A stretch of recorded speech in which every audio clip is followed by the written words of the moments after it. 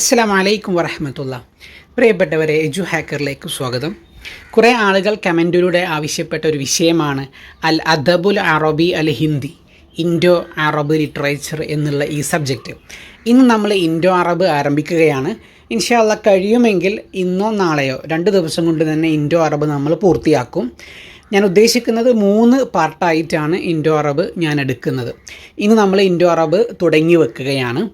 Indo Arab എന്ന് പറയുമ്പോൾ ഇപ്പോൾ ഈ വർഷം നടന്ന പരീക്ഷയ്ക്കും കഴിഞ്ഞ വർഷം നടന്ന പരീക്ഷയ്ക്കുമൊക്കെ കൂടുതൽ പ്രാധാന്യത്തോടു കൂടി PSC കാണുന്ന ഒരു സബ്ജക്റ്റാണ് ഇൻഡോ അറബ് എന്നുള്ളത്. എന്താണെന്ന് വെച്ചാൽ PSC എന്ന് പറയുമ്പോൾ കേരളത്തിൽ നടക്കുന്ന ഒരു പരീക്ഷയാണ്.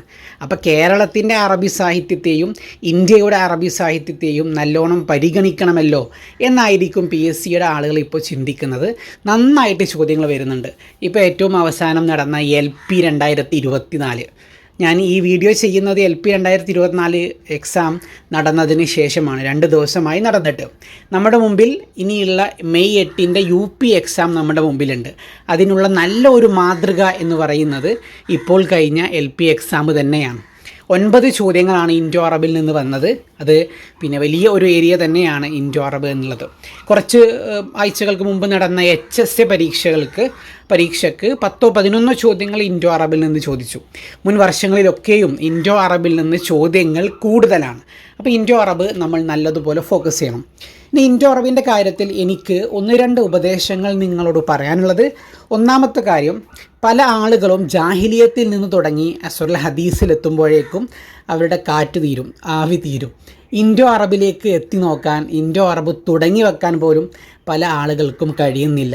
രണ്ടാമത്തൊരു കാര്യം, പലരും ഇൻഡോ അറബിൻ്റെ സിലബസ് എന്താണെന്ന് മനസ്സിലാക്കാതെ, അതേപോലെ തന്നെ എവിടെ നിന്നാണ് ചോദ്യങ്ങൾ വരുന്നത് എന്ന് മനസ്സിലാക്കാതെ ഒരു തലക്കെന്ന് മറ്റു തല വരെ വാരി വലിച്ച് വെറുതെ പഠിക്കുകയാണ്. ഞാൻ ആവർത്തിച്ചാണ് ഈ വാക്ക് പറയുന്നത്. പല ആളുകളുടെയും എഴുതി വെച്ച നോട്ടുകളും പഠന രീതിയൊക്കെ കണ്ടിട്ടാണ് ഞാൻ ഈ പറയുന്നത്. ഇൻഡോ അറബ് ആവശ്യമില്ലാതെ വാരി വലിച്ച് പഠിക്കരുത്, ഒരിക്കലും അങ്ങനെ പഠിക്കരുത്. അപ്പോൾ സിലബസിനും PYQക്കും ഇൻഡോ അറബിൻ്റെ കാര്യത്തിൽ ഒരു പ്രത്യേക പ്രാധാന്യം ഉണ്ട് എന്ന് മനസ്സിലാക്കണം. അപ്പോൾ നമ്മളധികം വലിച്ചു നീട്ടി പറയുന്നില്ല. ഇൻഡോ അറബ് ഞാൻ ഒരുപാട് സ്ഥലത്ത് യൂട്യൂബിൽ എൻ്റെ ഒരുപാട് ക്ലാസ്സുകൾ ഇൻഡോ അറബ് അവൈലബിൾ ആണ്. ഞാൻ ഇന്ന് വരെ എടുത്ത ക്ലാസ്സുകളിൽ എനിക്ക് ഏറ്റവും കൂടുതൽ വ്യൂസ് കിട്ടിയിട്ടുള്ളത്, ഐ തിങ്ക് ഒരു 18K വ്യൂ കിട്ടിയിട്ടുള്ളത് ഞാൻ ഒരു 2-3 വർഷങ്ങൾക്ക് മുമ്പെടുത്ത ഇൻഡോ അറബിൻ്റെ ഒരു ക്ലാസ്സിനാണ്. എനിക്ക് അത്രയും ഇഷ്ടമുള്ളൊരു സബ്ജക്റ്റാണ്, പഠിപ്പിക്കാനൊക്കെ ഇഷ്ടമുള്ളൊരു സബ്ജക്റ്റാണ് ഇൻഡോ അറബ് എന്നുള്ളത്. നമുക്ക് ആദ്യം സിലബസ് മനസ്സിലാക്കാം. എന്താണ് ഇൻഡോ അറബിൻ്റെ സിലബസിൽ പറയുന്നത് എന്ന് ജസ്റ്റ് മനസ്സിലാക്കാം. നമുക്ക് ഇൻഡോ അറബ് എന്ന് പറയുമ്പോൾ കേരളത്തിലെ അറബി സാഹിത്യകാരന്മാർ, ഇന്ത്യയിലെ അറബി സാഹിത്യകാരന്മാർ, ഇത്രയേ ഉള്ളൂ പഠിക്കാൻ. നമ്മൾ ഇംറുൽ ഖൈസിനെയൊക്കെ കഷ്ടപ്പെട്ട് പഠിക്കുന്നുണ്ട്, ത്വാഹ ഹുസൈനെ കഷ്ടപ്പെട്ട് പഠിക്കുന്നുണ്ട്. അവരൊക്കെ ഏതോ നാട്ടുകാരാണ്. അതിലേറെ നമുക്ക് വേണ്ടപ്പെട്ട നമ്മളുടെ നാട്ടുകാർ, നമ്മൾ പഠിച്ച കോളേജുമായി ബന്ധപ്പെട്ട ആളുകളായിരിക്കും ചിലപ്പോൾ, അല്ലെങ്കിൽ നമ്മളുടെ നാടുമായി ബന്ധപ്പെട്ട ആളുകളായിരിക്കും ചിലപ്പോൾ. അവരെ പറ്റി കുറച്ച് കാര്യങ്ങൾ പഠിക്കാനേ ഉള്ളൂ. ഇപ്പോൾ നമുക്ക് മഹ്യുദ്ദീൻ ആലുവായി എന്ന് പറയുമ്പോൾ നമ്മളുടെ നാടായിട്ടുള്ള എറണാകുളത്തെ ആലുവയിൽ ജീവിച്ചയാളാണ്. അത് ത്വാഹ ഹുസൈനെ പഠിക്കുന്നതിനേക്കാൾ എന്തുകൊണ്ടും നമുക്ക് എളുപ്പം മഹ്യുദ്ദീൻ ആലുവായിയെ പഠിക്കാനാണ്. അതേപോലെ തന്നെ അബൂബക്കർ ഷാലിയാത്തി എന്ന് പറയുമ്പോൾ ചാലിയത്തുള്ള ഒരു സാഹിത്യകാരനാണ്. ഉമർ ഖാലി ബലങ്കൂത്തി എന്ന് പറയുമ്പോൾ നമ്മുടെ പൊന്നാനിക്കടുത്തുള്ള, നമ്മുടെ മലപ്പുറത്തെ, നമ്മുടെ വെളിയങ്കോടുള്ള ഒരാളാണ്. അപ്പോൾ അത്രയും നമുക്ക് പഠിക്കാൻ എളുപ്പമുള്ള ആളുകളെയാണ് ഇൻഷാ അല്ലാഹ് ഇൻഡോ അറബിൽ നമ്മൾ കവർ ചെയ്യാൻ പോകുന്നത്. ഇനി സിലബസ് നോക്കാം. സിലബസിൽ ആദ്യം തന്നെ പറയുന്നു അശ്ശിഅർ വന്നസർ, ഇന്ത്യയിൽ വന്നിട്ടുള്ള അറബി കവിതകൾ, അതേപോലെ അറബി ഗദ്യ സാഹിത്യം. അതൊരു ഹെഡിങ് ആയിട്ട് പറഞ്ഞു എന്നേ ഉള്ളൂ. എല്ലാ ഷിഅറും എല്ലാ നസറും കയറി പഠിക്കേണ്ട ആവശ്യമൊന്നുമില്ല. അദബുൽ മുഖാവമ എന്നൊരു സാധനം അവിടെ കൊടുത്തിട്ടുണ്ട്. അതാരും നോക്കണില്ല എന്നുള്ളതാണ് ഞാൻ ഭയങ്കര സങ്കടത്തോടെ പറയുന്നത്. അദബുൽ മുഖാവമ എന്നൊരു സാധനം അവിടെ കൊടുത്തിട്ടുണ്ട്. അദബുൽ മുഖാവമയിൽ നിന്ന് നല്ലോണം ചോദ്യങ്ങൾ ചോദിക്കുന്നുണ്ട്. തുഹ്ഫത്തുൽ മുജാഹിദീൻ അദബുൽ മുഖാവമയിൽ പെട്ട ഒരു ഗ്രന്ഥമാണ്. തുഹ്ഫത്തുൽ മുജാഹിദീൻ്റെ ഉള്ളിൽ നിന്ന് ചോദ്യങ്ങൾ വരുന്നുണ്ട്. എന്തുകൊണ്ടാണ്? അങ്ങനെ ഒരു സാധനം സിലബസിലുണ്ട്, അതുകൊണ്ടാണ്. അതേപോലെ തന്നെ തഹ്രീലു അഹ്ലുൽ ഈമാൻ, അതിൽ നിന്ന് ചോദ്യങ്ങൾ ഉള്ളിൽ നിന്ന് വരുന്നുണ്ട്. അദബുൽ മുഖാവമ എന്ന് പറഞ്ഞാൽ ഇന്ത്യയിൽ വന്നിട്ടുള്ള പ്രതിരോധ സാഹിത്യ കൃതികളാണ്. ഇവിടുത്തെ ബ്രിട്ടീഷുകാർക്കെതിരെ, ഇവിടെ വന്ന പോർച്ചുഗീസുകാർക്കെതിരെയാണ് കാര്യമായിട്ട് അദബുൽ മുഖാവമ വന്നിട്ടുള്ളത്. ഇവിടെ ജീവിച്ച അറബി സാഹിത്യകാരന്മാർ അവർ ഇവിടുത്തെ അധിനിവേശ ശക്തികൾക്കെതിരെ പിന്നെ ഇന്ത്യക്കാരെയും മുസ്ലിമീങ്ങളെയും ഒക്കെ സപ്പോർട്ട് ചെയ്തുകൊണ്ട്, മോട്ടിവേറ്റ് ചെയ്തുകൊണ്ട് സാഹിത്യകൃതികൾ, കഥയും കവിതയും ഗ്രന്ഥങ്ങളും ഒക്കെ എഴുതിയിട്ടുണ്ട്. അതാണ് അദബുൽ മുഖാവമ എന്ന് പറഞ്ഞാൽ. പിന്നെ കുറച്ച് ആളുകളെ പറയുന്നുണ്ട്. 1 ഗുലാം അലി ആസാദ് ബൽഗറാമി, 2 ഷാഹു വലിയുള്ള ദഹ്ലവി, 3 അബ്ദുൽ ഹയ്യുൽ ഹസനി, 4 അബുൽ ഹസൻ നദ്വി. 4 ആളുകളെ പറ്റി പറയുന്നു. വീണ്ടും അടുത്ത പോയിൻ്റായിട്ട് 5-മത് അൻവർ ഷാ കശ്മീരി, 6-മത് അബ്ദുൽ ഹക്ക് ദഹ്ലവി. അപ്പോൾ 6 ആളുകളാണ് ഇന്ത്യക്കാരായിട്ട് സിലബസിലുള്ളൂ. 6 ആളുകളേ ഉള്ളൂ. നമ്മൾ എത്ര ആളുകളെ പഠിക്കുന്നത്? നമ്മൾ പഠിക്കുക 10, 20, 30 ആളുകളെ ഡീപ്പായിട്ട് പഠിക്കുന്നവരാണ് നമ്മൾ. പക്ഷേ സിലബസിൽ 6 ആളുകളെ മാത്രമേ ഉള്ളൂ. അപ്പോൾ ഞാൻ നേരത്തെ മുൻപ് ഞാൻ എടുത്ത ക്ലാസ്സുകളിൽ ഞാൻ പറയാറുണ്ട്, നിങ്ങൾ സിലബസ് മാത്രം നോക്കരുത്, PYQും കൂടെ നോക്കുമ്പോൾ സിലബസിൽ പറയാത്ത പല ചോദ്യങ്ങളും വന്നിട്ടുണ്ടാകും. അതുകൊണ്ട് സിലബസിന് അപ്പുറത്തേക്ക് നിങ്ങൾ പഠിക്കണം എന്ന് ഞാൻ പലപ്പോഴും പറയാറുണ്ട്. ഇൻഡോ അറബിൻ്റെ കാര്യത്തിൽ സിലബസിൽ ഇന്ത്യയിലെ സാഹിത്യകാരന്മാർ 6 പേരേ ഉള്ളൂ. ഇനി നമുക്ക് PYQ ഡിസ്കസ് ചെയ്യുമ്പോൾ ഈ 6 പേരെ പഠിച്ചാൽ മതിയോ അതോ അതിൻ്റെ പുറത്തേക്ക് പഠിക്കണോ എന്നൊരു കാര്യം ഞാൻ നിങ്ങൾക്ക് പറഞ്ഞുതരാം. ഇൻഷാ അല്ലാഹ് അത് PYQ ഡിസ്കസ് ചെയ്യുമ്പോൾ ഞാൻ പറഞ്ഞുതരാം. ഇനി കേരളത്തിലെ അറബി സാഹിത്യകാരന്മാർ ആരൊക്കെ നമ്മുടെ സിലബസിലുണ്ട് എന്ന് നോക്കാം. 1 സൈനുദ്ദീൻ മഖ്ദൂം കബീർ, 2 സൈനുദ്ദീൻ മഖ്ദൂം സഗീർ, 3 ഖാളി ഉമർ, 4 ഖാളി മുഹമ്മദ്, 5 മുഹയുദ്ദീൻ ആലുവായി. നോക്കണം നിങ്ങൾ, 5 കേരളീയരും 6 ഇന്ത്യയിൽ എന്ന് പറയുമ്പോൾ കേരളത്തിന് പുറത്തുള്ളവരാണ് ഞാൻ ഇന്ത്യക്കാർ എന്ന് പറയുന്നത്. അപ്പോൾ 11 ആളുകൾ, ആകെ പഠിക്കാനുള്ളത് 11 ആളുകളെ മാത്രമാണ് നമ്മളുടെ സിലബസിൽ പറഞ്ഞിട്ടുള്ളൂ. ഓക്കെ, ഇനി സിലബസിൻ്റെ താഴെ ഈ 11 ആളുകളുടെ താഴെ കുറച്ച് പുസ്തകങ്ങളെ പറ്റി നിങ്ങൾ പഠിക്കണം എന്ന് ഈ സിലബസ് നമ്മോട് പറയുന്നുണ്ട്. 1-മത്തെ പുസ്തകം സബഹത്തുൽ മർജാൻ, 2-മത്തേത് നുസ്ഹത്തുൽ ഖവാത്തിർ, 3 റിജാലുൽ ഫിക്ർ വദ്ദഅവത്ത് ഫിൽ ഇസ്ലാം, 4 തുഹ്ഫത്തുൽ മുജാഹിദീൻ, 5 അദ്ദഅവത്തുൽ ഇസ്ലാമിയ ഫി ഷിബിഹി അൽ ഖാറത്തുൽ ഹിന്ദിയ. 5 പുസ്തകങ്ങളെ പറ്റിയും സിലബസിൽ പറയുന്നുണ്ട്. അപ്പോൾ ആ 11 ആളുകൾ, അതിൽ നിന്ന് 6 ഇന്ത്യക്കാർ, 5 കേരളീയർ, 5 പുസ്തകം പിന്നെ കേരളത്തിലെ പുസ്തകമുണ്ട്, കേരളത്തിന് പുറത്തുള്ള പുസ്തകവും മിക്സ് ചെയ്തിട്ടാണ് കൊടുത്തിട്ടുള്ളത്.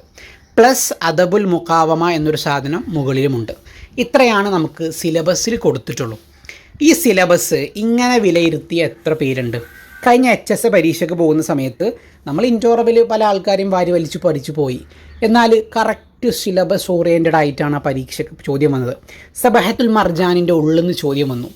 അതേപോലെ പിന്നെ പല ഗ്രന്ഥങ്ങൾ, ഈ പറഞ്ഞ എല്ലാ ഗ്രന്ഥത്തിൻ്റെയും ഉള്ളിൽ നിന്ന് ചോദ്യം വന്നു. തുഹ്ഫത്തുൽ മുജാഹിദീൻ്റെ വന്നു, നുസ്ഹത്തുൽ ഖവാത്തിറിൻ്റെ ഒക്കെ ഈ ഗ്രന്ഥങ്ങളുടെയൊക്കെ ഉള്ളിൽ നിന്ന് ചോദ്യം വന്നു. പലരും പറഞ്ഞത് പിന്നെ ഇപ്പോൾ നടക്കുന്ന പരീക്ഷകൾ എവിടെ നിന്നൊക്കെയോ ചോദ്യങ്ങൾ ചോദിക്കുന്നു, ഇൻഡോ അറബിൻ്റെ രൂപമൊക്കെ മാറി, ഇൻഡോ അറബിൻ്റെ കോലമൊക്കെ മാറി, ഉള്ളിൻ്റെ ഉള്ളിൽ നിന്ന് പുസ്തകത്തിൻ്റെ വിഷയമൊക്കെ ഇൻഡോ അറബിൽ നിന്ന് ചോദിക്കാൻ തുടങ്ങി, പിന്നെ പഠിക്കാൻ ബുദ്ധിമുട്ടാണ് എന്ന് പല ആളുകളും പറയുന്നു.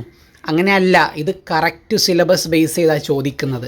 സിലബസിൽ ഇത്രയും ഈ 5 പുസ്തകങ്ങളുടെ പേരുകൾ കൊടുത്തിട്ടുണ്ട്.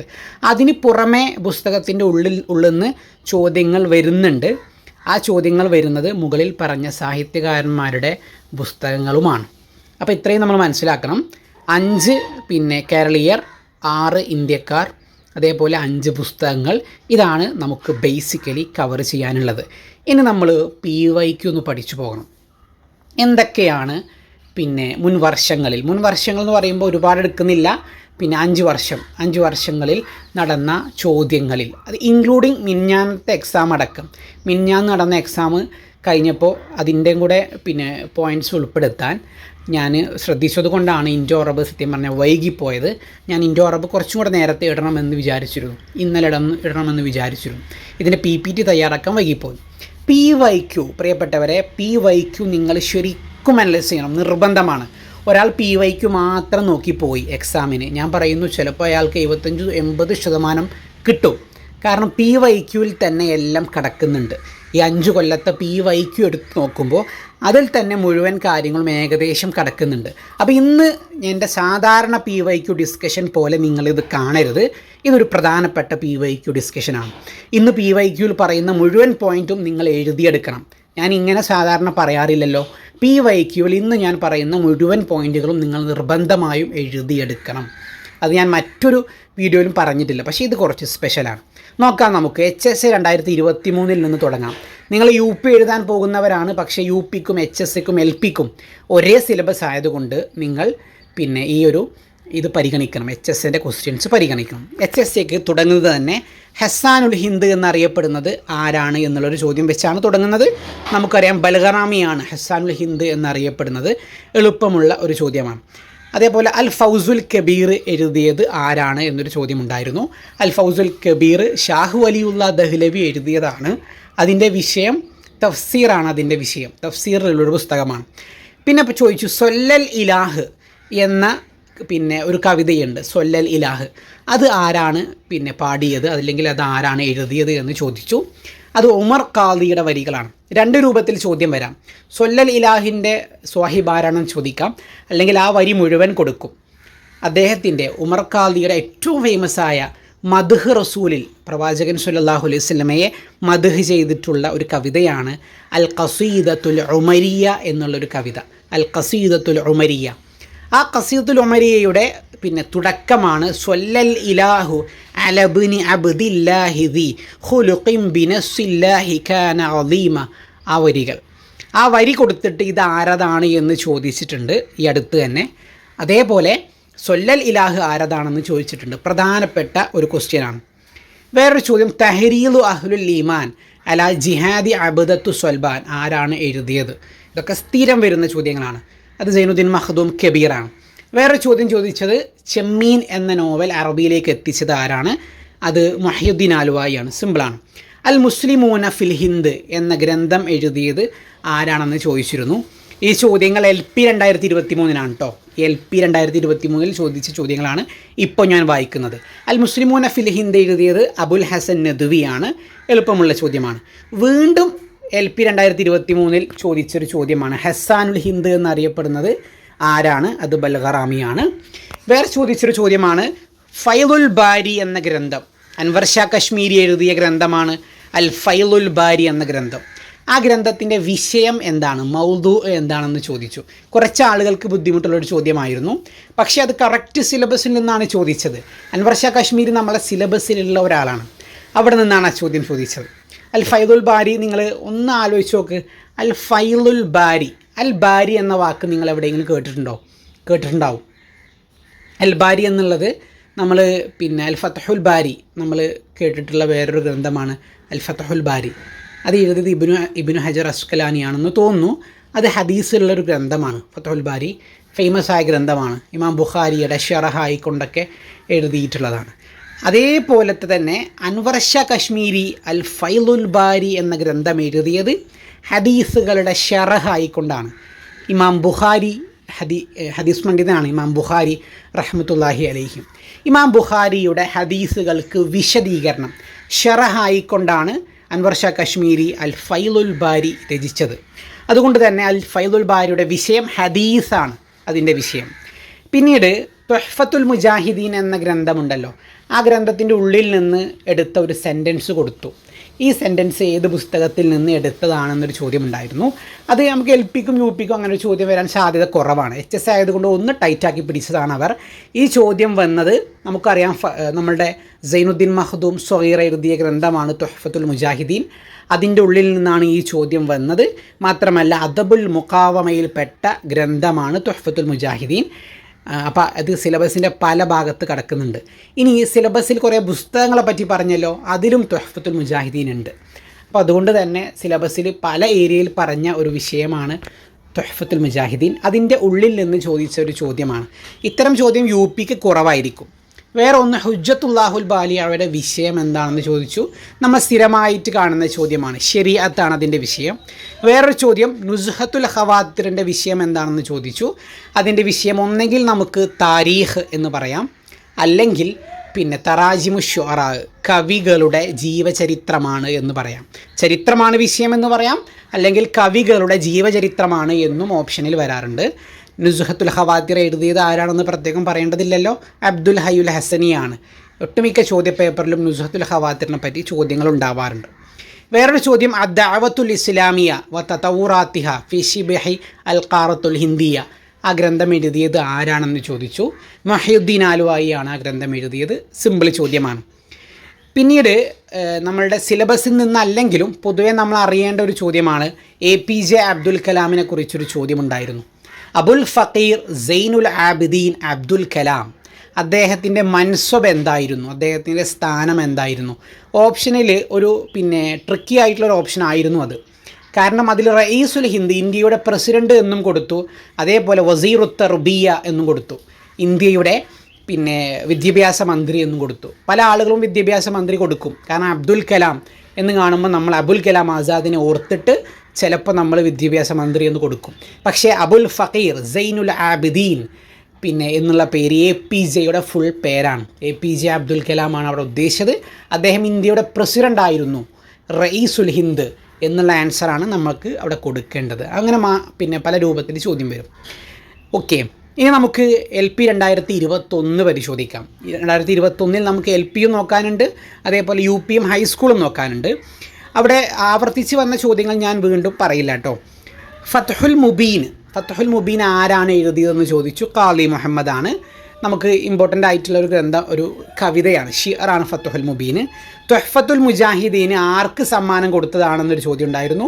സുൽത്താൻ അലി ആദിൽ ഷക്ക് സമ്മാനമായിട്ടാണ് നമ്മളുടെ സൈനുദ്ദീൻ മഖ്ദൂം സ്വഗീർ അത് കൊടുത്തിട്ടുള്ളത്. വേറൊരു ചോദ്യമായിരുന്നു, ലാ ജിബായത്തൻ ലി അർളില്ല, അള്ളാൻ്റെ ഭൂമിക്ക് ഞങ്ങൾ ടാക്സ് തരൂല എന്ന് പറഞ്ഞത് ആരാണ്? അത് ഖാലി ഉമർ ബ്രിട്ടീഷുകാരോട് പറഞ്ഞ ഡയലോഗാണ്. ഈ ചോദ്യങ്ങളൊക്കെ ഖാലി ഉമറിൻ്റെ ജീവിതത്തിൻ്റെ ഉള്ളിൽ നിന്നാണ് ചോദിച്ചിട്ടുള്ളത്. പിന്നെ മാദാ ഖസിറൽ ആലം ബി ഇൻഹിതോത്തിൽ മുസ്ലിമീൻ എന്ന ഗ്രന്ഥം എഴുതിയത് ആരാണെന്ന് ചോദിച്ചു. അബുൽ ഹസൻ നദ്വിയുടെ പ്രധാനപ്പെട്ട ഒരു ഗ്രന്ഥമാണ് ആ ഒരു ഗ്രന്ഥം. റിജാലുൽ ഫിക്ർ വ ദഅവത്ത് ഫിൽ ഇസ്ലാം മുമ്പ് ചോദിച്ച ചോദ്യമാണ്, അത് വീണ്ടും ചോദിച്ചു. റിജാലുൽ ഫിക്ർ ആരാണ് എഴുതിയത് എന്ന രൂപത്തിൽ. ആ ചോദ്യം റിജാലുൽ ഫിക്ർ വ ദഅവത്ത് ഫിൽ ഇസ്ലാം അബുൽ ഹസൻ നദ്വി എഴുതിയതാണ്. അത് പല രൂപത്തിൽ ആ ചോദ്യം വരും, ആരാണ് എഴുതിയത് എന്നും അത് ഏത് ജാമിഅയിൽ അദ്ദേഹം നടത്തിയിട്ടുള്ള ലെക്ചർ ക്ലാസ്സുകളാണ് എന്നൊരു ചോദ്യവും ചോദിച്ചിട്ടുണ്ട്.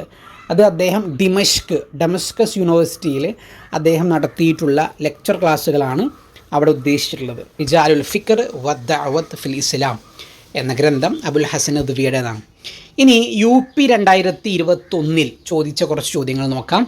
താഴെ പറയുന്നവയിൽ ഷാഹു വലിയുല്ലാ ദഹ്ലവിയുടെ ഗ്രന്ഥമല്ലാത്തത് ഏതാണെന്ന് ചോദിച്ചു. അതിൽ അബ്ജദുൽ ഉലൂമാണ് ഒരു എക്സെപ്ഷനായിട്ട് കൊടുത്തത്. ഓക്കെ, അബ്ജദുൽ ഉലൂം അദ്ദേഹത്തിൻ്റെതല്ല, നവാബ് സിദ്ദീഖ് ഹസൻ ഖാനിൻ്റേതാണ് അബ്ജദുൽ ഉലൂം. വേറൊന്ന് UP 2021 ഒരു വെറൈറ്റി ചോദ്യം ചോദിച്ചിരുന്നു. നമ്മളുടെ കേരളത്തിൽ ജനിച്ച ആ ഒരു സിലബസിലുള്ള കുറച്ച് ആളുകളുടെ പേരുകൾ കൊടുത്തിട്ട് അവരെ മരിച്ച ഓർഡറിൽ ക്രമീകരിക്കാൻ പറഞ്ഞു. ആദ്യം മരിച്ചത് ആരാണ്, പിന്നെ മരിച്ചത് ആരാണ് എന്ന ഓർഡറിൽ. അന്ന് നെറ്റിൻ്റെ ഒരു ട്രെൻഡ്, നെറ്റിൻ്റെ NTA പുതിയ ടൈപ്പ് ഓഫ് ക്വസ്റ്റ്യൻസ് ഇറക്കിയ ഒരു ട്രെൻഡിൻ്റെ കാലമായിരുന്നു. അതുകൊണ്ട് നെറ്റിൽ നിന്ന് ഉൾത്തിരിഞ്ഞ് വന്ന ഒരു ചോദ്യമായിട്ടാണ് എനിക്ക് ഈ ചോദ്യം ഞങ്ങൾക്ക് തോന്നിയത്. പിന്നീട് ഈ ടൈപ്പ് ഓഫ് ക്വസ്റ്റ്യൻസ് പിന്നീട് ചോദിച്ചിട്ടില്ല. ജനിച്ച ഓർഡറിലും മരിച്ച ഓർഡറിലും ഒക്കെ ക്രമീകരിക്കാൻ നല്ല സിമ്പിളായിട്ടുള്ള ചോദ്യങ്ങളാണ് ഇങ്ങനത്തെ ചോദ്യങ്ങൾ. അത് നമുക്ക് പഠിക്കാൻ കഴിയണം. ഇങ്ങനത്തെ ചോദ്യങ്ങളൊക്കെ നമ്മളൊന്ന് പ്രാക്ടീസ് ചെയ്യണം. എല്ലാ ആളുകളെയും, ഇൻഡോ അറബിൽ വന്ന ആളുകൾ, കേരളത്തിൽ വന്ന ആളുകൾ, ഇവരെയൊക്കെ ജനിച്ച ഓർഡറിലും മരിച്ച ഓർഡറിലുമൊക്കെ ക്രമീകരിക്കാനൊന്ന് ശ്രമിക്കണം. വേറൊരു ചോദ്യമായിരുന്നു, അഖീദത്തുൽ ഇസ്ലാം ഫി ഹയാത്തി ഐസ എന്ന ഗ്രന്ഥം ആരുടേതാണ് എന്നത്. ഇതൊരു റെയർ ആയിട്ടുള്ളൊരു ഗ്രന്ഥമായിട്ടാണ് എനിക്ക് തോന്നിയിട്ടുള്ളത്. നെറ്റിനൊക്കെ നമ്മൾ പഠിച്ചിട്ടുണ്ട്, എന്നാൽ ഇത് സിമ്പിളായിട്ടുള്ള ചോദ്യമാണ്. അൻവർ ഷാ കശ്മീരിയുടെ ഗ്രന്ഥമാണ് ഈ ഒരു ഗ്രന്ഥം. നമ്മളുടെ സിലബസിലുള്ള ആളാണ് അൻവർ ഷാ കശ്മീരി. മുഅല്ലഫാത്തു അബ്ദുൽ ഹയ്യുൽ ഹസനിയുടെ ഗ്രന്ഥങ്ങൾ താഴെ കൊടുത്തിട്ട് അതിനൊരു ചോദ്യം ഉണ്ടായിരുന്നു, എളുപ്പമുള്ള ചോദ്യമാണ്. തുഹ്ഫത്തുൽ മുജാഹിദീന് എഴുതിയത് ആരാണെന്ന് വീണ്ടും ചോദിച്ചിരുന്നു. സൈനുദ്ദീൻ മഖ്ദൂം സ്വഗീർ ആണ് അതിൻ്റെ ഉത്തരം. റിജാലുൽ ഫിക്ർ വ ദഅവത്ത് ഫിൽ ഇസ്ലാം ഏത് യൂണിവേഴ്സിറ്റിയിൽ എടുത്ത ക്ലാസ്സുകളാണ്? അബുൽ ഹസൻ നദ്വി ദിമഷ്കിൽ എടുത്ത ക്ലാസ്സുകളാണ് ആ ഒരു ചോദ്യം വീണ്ടും ചോദിച്ചിരുന്നു. ഇനി HS 2021 ചോദ്യങ്ങൾ നോക്കാം നമുക്ക്. നുസ്ഹത്തുൽ ഖവാത്തിർ, അതിൻ്റെ പൂർണ്ണമായിട്ടുള്ള പേരെന്താണെന്നൊരു ചോദ്യമുണ്ടായിരുന്നു. നുസ്ഹത്തുൽ ഖവാത്തിർ, എൻ്റെ ഓർമ്മയിൽ നിൽക്കുന്നത് നുസ്ഹത്തുൽ ഖവാത്തിർ വ ബഹ്ജത്തുൽ മസാമിഹ്, അങ്ങനെ എന്തോ ആണ് അതിൻ്റെ മുഴുവൻ പേര് ചോദിച്ചിരുന്നു. പിന്നെ നമുക്ക് സിലബസിൻ്റെ പുറത്തുനിന്നാണ് എന്ന് പറയാൻ പറ്റുന്നൊരു ചോദ്യം, ബൈനൽ ഖസ്റൈൻ എന്നൊരു ഗ്രന്ഥമുണ്ട്, നജീബ് മഹ്ഫൂദിൻ്റെ ഗ്രന്ഥമാണ്. അത് മലയാളത്തിലേക്ക് തർജ്ജമ ചെയ്തത് ആരാണ് എന്നൊരു ചോദ്യമുണ്ടായിരുന്നു. അത് കൊട്ടാരത്തെരുവ് എന്ന പേരിൽ BM സുഹറയാണ് അത് മലയാളത്തേക്ക് തർജ്ജമ ചെയ്തത്. അത് പിന്നെ ലേറ്റസ്റ്റ് ആയിട്ടുള്ള ഒരു ചോദ്യമായിട്ടാണ് നമുക്ക് മനസ്സിലാക്കാൻ കഴിയുന്നത്. പിന്നെ ഫത്ഹുൽ മുബീൻ്റെ വിഷയം എന്താണെന്ന് ചോദിച്ചു. ഷിഅറാണ്, കവിതയാണ്. തുഹ്ഫത്തുൽ മുജാഹിദീൻ, ആ ഗ്രന്ഥം ആർക്കെതിരെയാണ് എഴുതിയത് എന്നൊരു ചോദ്യമുണ്ടായിരുന്നു. ബുർത്തുഗാലിയീൻ, പോർച്ചുഗീസുകാർക്കെതിരെയാണ് ആ ഒരു ഗ്രന്ഥം എഴുതിയത്. ഞാനിവിടെ തുഹ്ഫത്തുൽ മുജാഹിദീൻ എന്ന വാക്ക് പിന്നെ ഓറഞ്ച് കളറിൽ കൊടുത്തത്, അങ്ങനെ നിങ്ങളുടെ മനസ്സിൽ അത് ഉണ്ടാവണം. ഈ ഒരു സ്ലൈഡിൽ തുഹ്ഫത്തുൽ മുജാഹിദീൻ മാത്രമാണ് ഓറഞ്ച് നിറത്തിൽ കൊടുത്തത്. ഓറഞ്ചിന് അറബിയിൽ പറയുക ബുർത്തുഗാൽ എന്നാണ്. എന്നാൽ ബുർത്തുഗാലിയീൻ എന്ന് പറഞ്ഞാൽ പോർച്ചുഗീസുകാരാണ്. ബുർത്തുഗാൽ എന്ന ഒരു കളർ വെച്ച് നിങ്ങളിത് ഓർക്കണം എന്നുള്ളത് കൊണ്ട് ജസ്റ്റ് കൊടുത്തതാണ്. സബഹത്തുൽ മർജാൻ്റെ വിഷയം എന്താണെന്ന് ചോദിച്ചു. നമ്മളുടെ സിലബസിൽ ഗ്രന്ഥങ്ങളെപ്പറ്റി നിങ്ങൾ പഠിക്കണം എന്ന് കൊടുത്ത ഒരു ഗ്രന്ഥമാണ് സബഹത്തുൽ മർജാൻ. അതിൻ്റെ വിഷയം ചരിത്രമാണ്. ഷാഹു വലിയുള്ള ദഹ്ലവിയുടെ മുഴുവൻ പേര് ഒരു തവണ ചോദിച്ചിരുന്നു. അത് ഇമ്പോർട്ടൻ്റ് ആണ്. നമ്മൾ സിലബസിൽ പറഞ്ഞ ആളുകളുടെ മുഴുവൻ പേരുകൾ നമ്മൾ പഠിക്കണം. വേറെ ഒന്ന് ലംആത്തു തൻഖീഹ് എന്നൊരു ഗ്രന്ഥം, നമുക്കൊരു റയറായിട്ട് കണ്ട ഒരു ചോദ്യമാണ് ആ ഒരു ചോദ്യം. ലംആത്തു തൻഖീഹ് ആരാണ് എഴുതിയത് എന്ന് ചോദിച്ചു. നമ്മളുടെ സിലബസിലുള്ള ഒരാളാണ് അബ്ദുൽ ഹഖ് ദഹ്ലവിയാണ് ആ ഒരു ഗ്രന്ഥം എഴുതിയിട്ടുള്ളത്. ഇനി അവസാനമായിക്കൊണ്ട് HS 2024 ഒട്ടനവധി ചോദ്യങ്ങളാണ് ചോദിച്ചിട്ടുള്ളത്. HS 2024 അതേപോലെ LP 2024, ഇത് രണ്ടും കൂടെ നമുക്കൊന്നും കൂടെ ഡിസ്കസ് ചെയ്യാനുണ്ട്. നോക്കാം നമുക്ക്. ഹൗലൽ ഹിന്ദ് വമാ ഫീഹ, ഇന്ത്യയെക്കുറിച്ചും ഇന്ത്യയിലുള്ളതിനെക്കുറിച്ചും എന്ന ഒരു വിഷയം, ഈ വിഷയത്തിൽ വന്ന ഗ്രന്ഥം ഏതാണെന്ന് ചോദിച്ചു. അത് സബഹത്തുൽ മർജാനാണ്. നമ്മളൊക്കെ മുമ്പ് പഠിപ്പിച്ചൊരു സംഗതി തന്നെയാണ്. സബഹത്തുൽ മർജാൻ്റെ വിഷയം എന്താണ്, മൗലു എന്താണെന്ന് ചോദിക്കുമ്പോൾ ഹൗലൽ ഹിന്ദ് വമാ ഫീഹ എന്നാണ് നമ്മൾ പറയാറുള്ളത്. പിന്നെ മഖ്ദൂം സ്വഗീറിൻ്റെ, സൈനുദ്ദീൻ മഖ്ദൂം സ്വഗീറിൻ്റെ മുഅല്ലഫാത്തുകളിൽ താഴെപ്പെടാത്തത് ഏതാണെന്നൊരു ചോദ്യം ഉണ്ടായിരുന്നു. അതിൽ അദ്ദേഹത്തിൻ്റെ 2 മുഅല്ലഫാത്തുകളാണ് അതിലുണ്ടായിരുന്നത്. ഒന്ന് ഖുറത്തുൽ ഐനാണ്, അത് കോമൺ ആയിട്ടുള്ള ഒരു ഗ്രന്ഥമാണ്. വേറെ ഒന്ന് ഇർഷാദുൽ ഇബാദ് ഫീ സബീലി റഷാദ് എന്ന ഒരു ഗ്രന്ഥമായിരുന്നു. അത് പിന്നെ അത്ര കോമൺ ഗ്രന്ഥമല്ല, നമുക്ക് റയറായിട്ട് തന്നെ തോന്നിയൊരു ചോദ്യമായിരുന്നു. ആ ഒരു ചോദ്യം നിങ്ങൾ ഓർത്ത് വെക്കണം. പിന്നെ മൗദൂ ഇസാലത്തുൽ ഖിഫാ അൻ ഖിലാഫത്തുൽ ഖുലഫാ, അങ്ങനെ തോന്നുന്നു ആ ഗ്രന്ഥത്തിൻ്റെ പേര്. ഏതായിരുന്നാലും ഷാഹു വലിയുള്ള ദഹ്ലവി എഴുതിയ ഗ്രന്ഥമാണ് ഇസാലത്തുൽ ഖിഫാ എന്നൊരു ഗ്രന്ഥം, അൻ ഖിലാഫത്തുൽ ഖുലഫാ. ആ ഗ്രന്ഥത്തിൻ്റെ വിഷയത്തെക്കുറിച്ചാണ് ചോദ്യമുണ്ടായിരുന്നത്. പിന്നെ നമ്മളുടെ നാട്ടിലെ ഭരണാധികാരികൾ അവർ ശ്രദ്ധിക്കേണ്ട കുറച്ച് ഉപദേശങ്ങളാണ് അതിൽ അദ്ദേഹം പറയുന്നത്. നിലാമുൽ ഇജ്തിമാഇ വസിയാസി ഫിൽ ഇസ്ലാമിൽ പിന്നെ ഒരു രാഷ്ട്രീയത്തിൻ്റെ നിയമങ്ങളും കാര്യങ്ങളൊക്കെ എങ്ങനെയാണ്, ഒരു രാഷ്ട്രം എങ്ങനെയായിരിക്കണം, രാജാക്കന്മാരും മന്ത്രിമാരും ഒക്കെ പാലിക്കേണ്ട കാര്യങ്ങളാണ് ആ പുസ്തകത്തിൽ പറയുന്നത്. അപ്പോൾ ആ പുസ്തകത്തിൻ്റെ വിഷയത്തെക്കുറിച്ച് ചോദ്യമുണ്ടായിരുന്നു. അതേപോലെ അദബുൽ ഹിന്ദി അൽ മുആസിർ എഴുതിയത് ആരാണെന്ന് ചോദിച്ചു. മഹിയുദ്ദീൻ ആലുവായിയാണ്. സിമ്പിളായൊരു ചോദ്യമാണ്. മഖാസിദു നിക്കാഹിനെ പറ്റി പറഞ്ഞിട്ട് ഇത് ആരാണ് എഴുതിയതെന്ന് ചോദിച്ചു. ഖാളി ഉമറാണ് അതിൻ്റെ ഉത്തരം. ഖാളി മുഹമ്മദിനും ഖാളി ഉമറിനും 2 പേർക്കും മഖാസിദു നിക്കാഹ് എന്ന പേരിൽ കൃതിയുണ്ട് എന്നുള്ളത് കൂടെ നിങ്ങൾ ഓർത്ത് വെക്കണം. മഖാസിദു നിക്കാഹ് എന്ന് പറയുമ്പോൾ നിക്കാഹിൻ്റെ നിയമങ്ങൾ, ഭാര്യ ഭർത്താക്കന്മാർ പാലിക്കേണ്ട നിയമങ്ങളൊക്കെയാണ് അതിൽ പറഞ്ഞിട്ടുള്ളത്. അതേപോലെ അബുൽ ഹസൻ നദ്വിയുടെ 3 ഗ്രന്ഥങ്ങൾ കൊടുത്തു. ഇതിൽ പിന്നെ ഖുർആനും സുന്നത്തിൻ്റെയും അടിസ്ഥാനത്തിൽ അദ്ദേഹം എഴുതിയ ഗ്രന്ഥങ്ങൾ ഏതൊക്കെയാണ് എന്നൊരു ചോദ്യമുണ്ടായിരുന്നു. ഓപ്ഷനിൽ കൊടുത്ത 3 ഗ്രന്ഥത്തിൽ 2 ഗ്രന്ഥം അതിൻ്റെ ഉത്തരമായി വന്നത് അസ്സിറാ ബൈനൽ ഈമാനു വൽ മാദിയ എന്നതായിരുന്നു ഒന്നാമത്തെ ഉത്തരം. ഈ ഒരു ഗ്രന്ഥം പിന്നെ ഇതിൽ പറയുന്ന പ്രധാനപ്പെട്ട കാര്യങ്ങൾ, അത് പിന്നെ ഖുർആനിലെ ചില സൂറത്തുകൾ, പ്രത്യേകിച്ച് സൂറത്തുൽ കഹ്ഫിലൊക്കെ പറഞ്ഞ വിഷയങ്ങളാണ് ഇതിൽ കൊടുത്തിട്ടുള്ളത്. അങ്ങനത്തെ കുറച്ച് സൂറത്തിൻ്റെ ബേസിലാണ് അദ്ദേഹം ഈ ഗ്രന്ഥം എഴുതിയിട്ടുള്ളത്. വേറൊന്ന് അൽ അഖീദ വൽ ഇബാദ വസ്സുലൂക്ക് എന്നൊരു ഗ്രന്ഥമായിരുന്നു. ആ ഒരു ഗ്രന്ഥത്തിൻ്റെ മുഴുവൻ പേര് നമ്മൾ കേട്ടാൽ തന്നെ നമുക്കതിൻ്റെ ഉത്തരം മനസ്സിലാവും.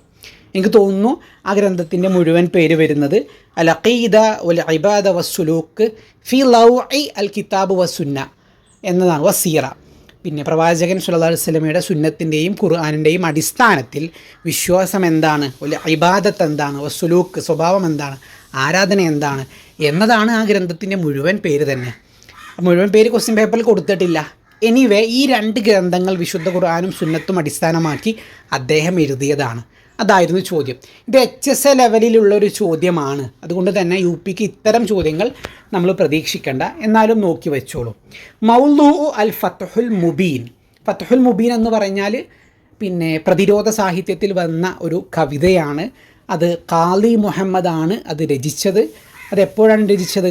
അദ്ദേഹം പിന്നെ നമ്മുടെ കുഞ്ഞാലി മരക്കാറും അതേപോലെ സാമൂതിരിയുടെ പടയുമൊക്കെ പോർച്ചുഗീസുകാരുടെ അടുത്തു നിന്നും ചാലിയം കോട്ട പിടിച്ചടക്കുന്ന സമയത്ത് ആ സന്തോഷത്തിനാണ് അദ്ദേഹം ഈ ഒരു കവിത രചിച്ചത്. ഈ കവിതയുടെ വിഷയം എന്താണെന്ന് ചോദിച്ചാൽ മുക്കാവമയാണ്, പ്രതിരോധ സാഹിത്യമാണ്. അല്ലെങ്കിൽ ഫത്തഹു കലാത്തു ചാലിയം കോട്ടയുടെ വിജയം, അതാണ് ഈ കവിതയിൽ പ്രതിപാദിച്ചിട്ടുള്ളത്. എന്തായിരുന്നാലും അവിടെ ചോദ്യത്തിൽ ഉത്തരം വന്നത് മുക്കാവമയാണ്, പ്രതിരോധ സാഹിത്യമാണ്. അന്നുസുഹത്തുൽ ഖവാത്തിറിനെ കുറിച്ച് ചോദ്യമുണ്ടായിരുന്നു. അതിൻ്റെ വിഷയത്തെ ചൊല്ലിയാണ് ഈ ഒരു ചോദ്യം ഉണ്ടായിരുന്നത്. തറാജിമു ശുഅറ ആണ് അവിടെ നമ്മൾ മനസ്സിലാക്കേണ്ട ഉത്തരം. അതേപോലെ അദ്ദഅവത്തുൽ ഇസ്ലാമിയ എന്ന ഗ്രന്ഥത്തിൻ്റെ വിഷയത്തെപ്പറ്റി ചോദ്യമുണ്ടായിരുന്നു. അവിടെ 2 പോയിൻ്റാണ് ശരിയായിട്ട് വന്നത്. ഒന്ന്, അസ്ഹർ യൂണിവേഴ്സിറ്റിയിൽ മഹിയുദ്ദീൻ ആലുവായി സമർപ്പിച്ച PhD തെസിസാണ് ഇത് എന്നൊരു പോയിൻ്റ് ഉണ്ടായിരുന്നു. അത് ശരിയാണ്. വേറെ ഒന്ന്, ഇതിൽ പിന്നെ ഈ ഒരു ഗ്രന്ഥത്തിൽ പണ്ട് കാലത്തെ അറബികളും അതേപോലെ ഇന്ത്യയും തമ്മിലുള്ള ബന്ധത്തെക്കുറിച്ച് ഈ ഒരു ഗ്രന്ഥത്തിൽ പറയുന്നുണ്ട് എന്നൊരു പോയിൻറ്റും ശരിയായിരുന്നു. ഈ 2 പോയിൻറ്റിനെ ആസ്പദമാക്കിക്കൊണ്ടാണ് അദ്ദഅവത്തുൽ ഇസ്ലാമിയെക്കുറിച്ച് ചോദ്യങ്ങൾ ചോദിച്ചത്. അപ്പോൾ നമ്മൾ ആലോചിക്കും, ഈ ചോദ്യമൊക്കെ എവിടെ നിന്നാണ് എടുത്ത് ചോദിച്ചത് എന്ന് ചോദിച്ചാൽ സിലബസിൽ കൃത്യമായി പറയുന്നുണ്ട്. സബഹത്തുൽ മർജാൻ എന്ന ഗ്രന്ഥത്തെക്കുറിച്ച് പഠിക്കണം.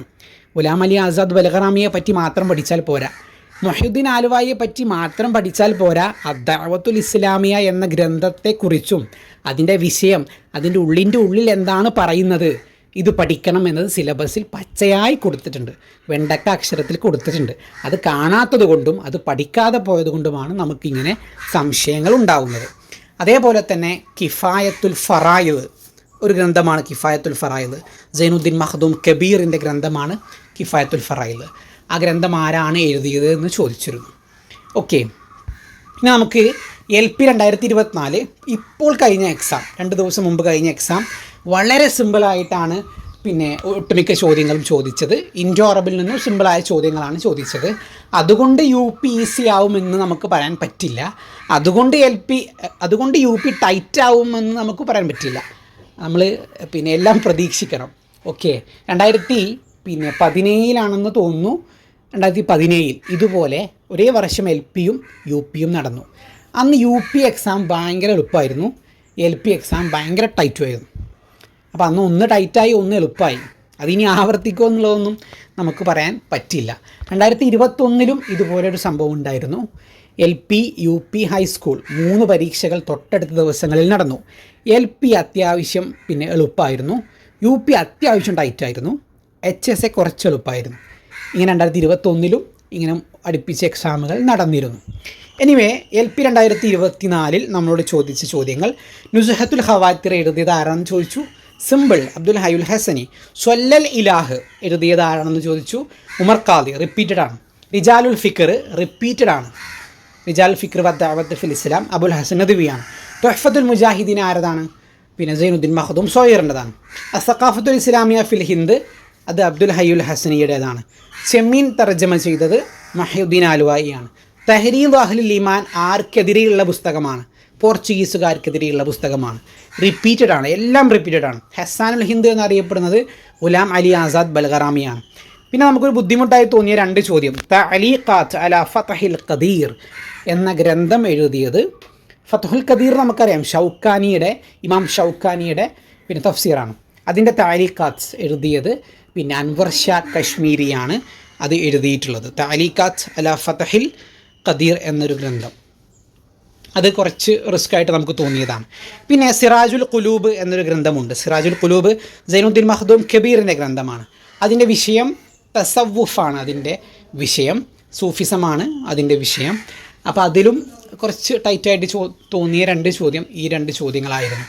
ഇത്രയുമാണ് ഇതുവരെയുള്ള പരീക്ഷയ്ക്ക് ചോദിച്ച ചോദ്യങ്ങൾ.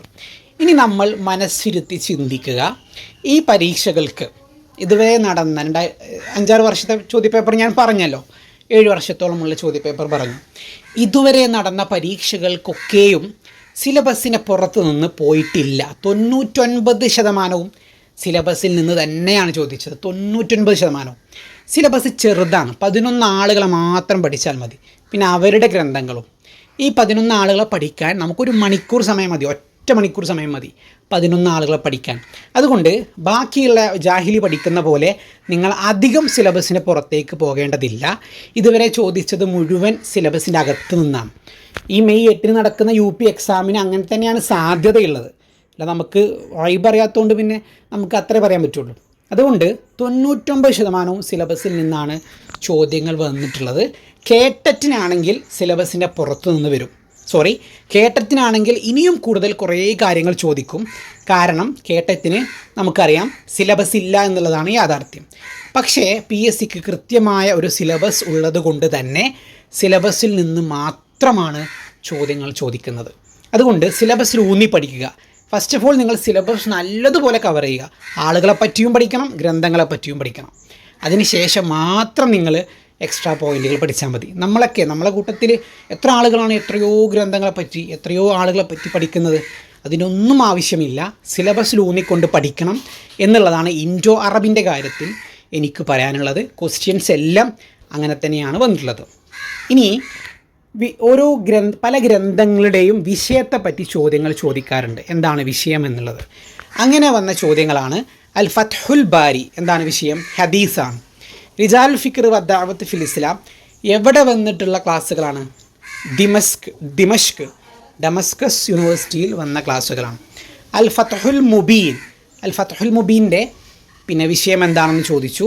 ഷിഅറാണ് അതിൽ വന്നിട്ടുള്ളത്. ചാലിയം കോട്ടയുടെ വിജയമാണ്. മുക്കാവമയാണ്, അദബുൽ മുക്കാവമ, പ്രതിരോധ സാഹിത്യം. തുഹ്ഫത്തുൽ മുജാഹിദീൻ അദബുൽ മുക്കാവമയാണ്, ചരിത്രമാണ് അതിൽ പറയുന്നത്. സബഹത്തുൽ മർജാൻ ചരിത്രമാണ്. അതേപോലെ ഹൗലൽ ഹിന്ദു വ മാഫിഹ, ഇന്ത്യയെക്കുറിച്ചും ഇന്ത്യയിലുള്ളതിനെക്കുറിച്ചും. ഇസാലത്തുൽ ഖിഫാ അൻ ഖിലാഫത്തുൽ ഖുലഫാ, ഇതിൽ വന്ന പിന്നെ വിഷയം എന്ന് പറയുന്നത് പിന്നെ ഇസ്ലാമിൽ രാഷ്ട്രീയം എങ്ങനെയായിരിക്കണം, രാജാക്കന്മാർ ശ്രദ്ധിക്കേണ്ട കാര്യങ്ങളാണ്. അദ്ദഅവത്തുൽ ഇസ്ലാമിയ വ തതൗറാത്തിഹ ഫി ശിബ്ഹി ഖാറത്തുൽ ഹിന്ദിയ, മഹീദ്ദീനായുടെ PhD വിഷയമാണ്. ഹുജ്ജത്തുല്ലാഹുൽ ബാരിയെക്കുറിച്ചും. അപ്പോൾ ഇത്രയും ഗ്രന്ഥങ്ങളെക്കുറിച്ച് വിഷയം ചോദിക്കുന്നുണ്ട്. വിഷയം എന്താണ് എന്ന് ചോദിക്കുന്നുണ്ട്. അപ്പോൾ അത് നമ്മളൊന്ന് ശ്രദ്ധിക്കണം. ഇത്രയും ഗ്രന്ഥത്തിൻ്റെ വിഷയം നിർബന്ധമായിട്ടും നമ്മൾ പഠിക്കണം. അതിൻ്റെ കൂടെ കുറച്ച് എക്സ്ട്രാ കാര്യങ്ങളുണ്ട്, അതും കൂടെ ഞാൻ പറയാം. കുറച്ച് എക്സ്ട്രാ പുസ്തകങ്ങൾ കൂടെ ഞാൻ ആഡ് ചെയ്യുന്നുണ്ട്. ഇനി നമുക്ക് റെയറായിട്ട് നമ്മൾ കണ്ടിട്ടുള്ള കുറച്ച് ചോദ്യങ്ങളാണ് ഇവിടെ പറയുന്നത്. ഇത്രയും റെയറായിട്ടുള്ള പുസ്തകങ്ങളാണ് കണ്ടിട്ടുള്ളത്. റെയറാണ് എന്ന് ഞാൻ പറയുന്നില്ല, പിന്നെ ഇതൊക്കെ നെറ്റിനൊക്കെ നിരന്തരം വരുന്ന പോയിൻറ്റ്സുകൾ തന്നെയാണ്.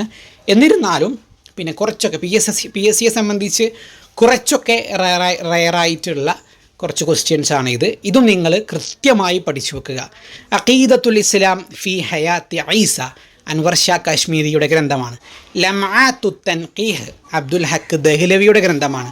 ബൈനൽ ഖസ്റൈൻ, അത് ട്രാൻസ്ലേറ്റ് ചെയ്തത് BM സുഹറയാണ്. പിന്നെ നജീബ് മഹ്ഫൂദിൻ്റെ ഗ്രന്ഥമാണ്. ഇർഷാദുൽ ഇബാദ് ഫി സബീലി റഷാദ്, മഖ്ദൂം സ്വഗീറിൻ്റെ ഗ്രന്ഥമാണ്. കിഫായത്തുൽ ഫറായിദ്, മഖ്ദൂം കബീറിൻ്റെ ഗ്രന്ഥമാണ്. തഅലീഖാത്ത് അലാ ഫത്ഹുൽ ഖദീർ, അൻവർ ഷാ കശ്മീരിയുടെ ഗ്രന്ഥമാണ്. സിറാജുൽ ഖുലൂബ്, അത് മഖ്ദൂം കബീറിൻ്റെ ഗ്രന്ഥമാണ്. അതിൻ്റെ വിഷയം തസവുഫാണ്. ഇത്രയും ഗ്രന്ഥങ്ങൾ മാത്രമാണ് നമുക്ക് റെയറായിട്ട് ഒരു 5-6 വർഷത്തിൽ ചോദിച്ചത്. ഇത്രയും ഗ്രന്ഥങ്ങൾ മാത്രമാണ്. ബാക്കിയുള്ള എല്ലാ ചോദ്യങ്ങളും പിന്നെ നമുക്ക് എടുത്തു നോക്കിക്കഴിഞ്ഞാൽ ചിലപ്പോൾ ഒരു 100ഓളം ചോദ്യങ്ങളുണ്ടാവും. അതെല്ലാം റിപ്പീറ്റഡാണ്, അങ്ങോട്ടും ഇങ്ങോട്ടും റിപ്പീറ്റഡാണ്. സിലബസിന് പുറത്തൊരിക്കലും ഇൻഡോ അറബിൽ നിന്ന് പോയിട്ടില്ല എന്നുള്ളതാണ് നമുക്ക് മനസ്സിലാവുന്നത്. അതുകൊണ്ട് ഒന്നാമത് എനിക്ക് പറയാനുള്ളത് സിലബസിൽ നിന്നുകൊണ്ട് മാത്രം പഠിക്കുക. രണ്ടാമത് പറയാനുള്ളത് വാരി വലിച്ച് ഇൻഡോ അറബിന് ഒരിക്കലും നിങ്ങൾ പഠിക്കരുത്. നിങ്ങൾ പഠിക്കേണ്ടത് റിപ്പീറ്റഡ് ആയ കാര്യങ്ങളും മോസ്റ്റ് ഇമ്പോർട്ടൻ്റ് ആയ കാര്യങ്ങളും മാത്രമാണ്. ഓക്കെ, പിന്നീട് എനിക്ക് പറയാനുള്ളത് ആളുകളെ പറ്റി പഠിക്കണം. അതിൻ്റെ കൂടെ സിലബസിൽ കൊടുത്ത പുസ്തകങ്ങളെക്കുറിച്ച്, അതിൻ്റെ വിഷയം എന്താണ്, അത് എവിടെ എടുത്ത ക്ലാസ്സുകളാണ്, അത് എവിടെ എടുത്ത PhD ആണ്, ഇങ്ങനത്തെ കാര്യങ്ങൾ കൃത്യമായി ഒരു 5 പുസ്തകമേ ഉള്ളൂ, അതിനെപ്പറ്റിയൊക്കെ കൃത്യമായി പഠിക്കുക. അപ്പോൾ ഇത്രയാണ് എനിക്ക് ഇന്ന് പറയാനുള്ളത്. നമ്മൾ ഉണ്ടാക്കിയ ഒരു സിലബസ് ഇങ്ങനെയാണ്. ഇൻഡോ അറബ് എന്ന് പറയുന്നത് ഇന്ത്യയിലെ കുറച്ച് ആളുകളുണ്ട്, കേരളത്തിലെ കുറച്ച് ആളുകളുണ്ട്, അതേപോലെ പ്രധാനപ്പെട്ട കുറച്ച് മുഅല്ലഫാത്തുകളുണ്ട്. പിന്നെ എക്സ്ട്രാസ് ആയിക്കൊണ്ട് നമ്മൾ ഇന്ത്യയിൽ ഇറങ്ങിയ പത്രങ്ങൾ ഏതൊക്കെ, ഇന്ത്യയിലെ സ്ഥാപനങ്ങൾ ഏതൊക്കെയാണ്, കേരളത്തിൽ നടന്ന ട്രാൻസ്ലേഷൻ വർക്കുകൾ ഏതൊക്കെയാണ്, അതേപോലെ കേരളത്തിലെ പ്രതിരോധ സാഹിത്യം, അറബി സാഹിത്യത്തിൽ ഇറങ്ങിയിട്ടുള്ള പ്രതിരോധ സാഹിത്യത്തെക്കുറിച്ചും നമ്മൾക്ക് കുറച്ച് പഠിക്കാനുള്ളത്. അതുകൊണ്ട് ഞാൻ ഇന്നത്തെ ക്ലാസ് അവസാനിപ്പിക്കുകയാണ്. ഞാനൊരു 20 മിനിറ്റ് കൊണ്ട് നിർത്തണമെന്ന് വിചാരിച്ചിരുന്നു, പക്ഷേ അതിക്രമിച്ചു പോയി സമയം. അതുകൊണ്ടാണ് അവസാനത്തേക്ക് ഞാൻ സ്പീഡിൽ പോയിട്ടുള്ളത്. ഇന്നത്തെ ക്ലാസ്സിൽ ഞാൻ നമ്മുടെ നോട്ട്സ് പഠിപ്പിച്ച് തുടങ്ങിയിട്ടില്ല. അതിന് പകരം ക്വസ്റ്റ്യൻസാണ് ഞാൻ ഡിസ്കസ് ചെയ്തത്. പ്ലസ് സിലബസ് എന്താണെന്ന് പറഞ്ഞു, സിലബസിൻ്റെ പ്രാധാന്യത്തെ പറ്റി പറഞ്ഞു. ഓക്കെ, അപ്പോൾ ഇത്രയുമാണ് നിങ്ങൾ പഠിക്കേണ്ടത്. ഇൻഷാ അല്ലാഹ് ഇന്നും നാളെയുമായിട്ട് നമ്മളുടെ 2ാമത്തെ പാർട്ടും 3ാമത്തെ പാർട്ടും വീഡിയോ ഞാൻ അപ്ലോഡ് ചെയ്യും. നമ്മൾ വലിച്ചു വാരി ഒരിക്കലും പഠിക്കില്ല. പ്രധാനപ്പെട്ട കാര്യങ്ങൾ മാത്രമേ ഇൻഡോ അറബിൽ പഠിക്കുള്ളൂ. ആദ്യം സിലബസ് കവർ ചെയ്യും, അതിനുശേഷം കുറച്ച് എക്സ്ട്രാ കാര്യങ്ങൾ പറയും. എക്സ്ട്രാ പറയുന്നത് കേട്ടറ്റുകാരൊക്കെ പിന്നെ കേട്ടാൽ മതി, PSCക്കാർ ആവശ്യമുള്ളവർ മാത്രം കേട്ടാൽ മതി ഇൻഷാ അല്ലാഹ്. അപ്പോൾ നിങ്ങൾ ഒരിക്കലും ഇൻഡോ അറബ് വാരി വലിച്ചു പഠിക്കരുത്. സിലബസ് ഓറിയൻറ്റഡ് ആയിക്കൊണ്ട് തന്നെ പഠിക്കുക. ഇൻഷാ അല്ലാഹ് മെയ് 8 വരുന്ന UP എക്സാമിൽ ഇൻഡോ അറബിലെ മുഴുവൻ മാർക്കും നമുക്ക് കരസ്ഥമാക്കണം. ഇൻഷാ അല്ലാഹ് നിർത്തുന്നു. ദുആയിൽ ഉൾപ്പെടുത്തുക. സബ്സ്ക്രൈബ് ചെയ്യാത്തവർ സബ്സ്ക്രൈബ് ചെയ്യുക, നിങ്ങളുടെ കൂട്ടുകാർക്ക് അയച്ചു കൊടുക്കുക. വആഖിറു ദഅവാന അനിൽ ഹംദുലില്ലാഹി റബ്ബിൽ ആലമീൻ. അസ്സലാമു അലൈക്കും വറഹ്മത്തുള്ളാഹി.